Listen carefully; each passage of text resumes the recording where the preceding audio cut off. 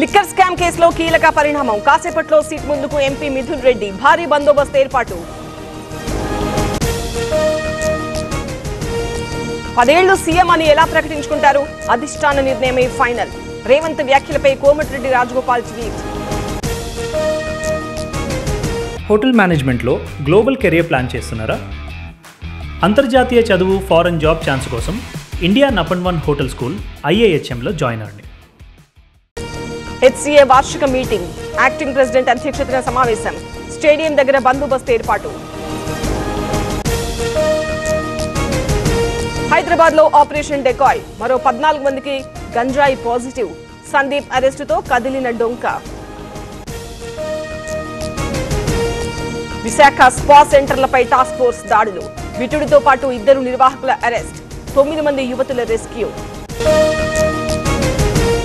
Mahadevpur BC వసతి గృహంలో అధ్వానం. కుక్కల స్వైర విహారం. పరిసరాల చుట్టూ అపరిశుభ్రత. మంచిర్యాల జిల్లా జన్నారంలో కార్డన్ సెర్చ్. పత్రాలు లేని వాహనాలు సీజ్. భారీగా పాల్గొన్న పోలీసులు. రామాయంపేట కస్తూర్బాలో కష్టాలు. నిలిచిన భగీరథ నీటి సరఫరా. విద్యార్థుల స్నానాలకు తిప్పలు.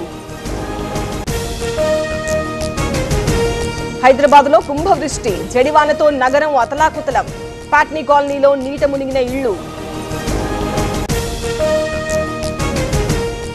జూరాలకు భారీ వరద. 1,15,000 క్యూసెక్కుల ఇన్ఫ్లో. 23 గేట్లెత్తి నీటి విడుదల. తెలుగు రాష్ట్రాల్లో 3 రోజులు వర్షాలు. నేడు భారీ వాన సూచన. పిడుగులు పడే ప్రమాదం.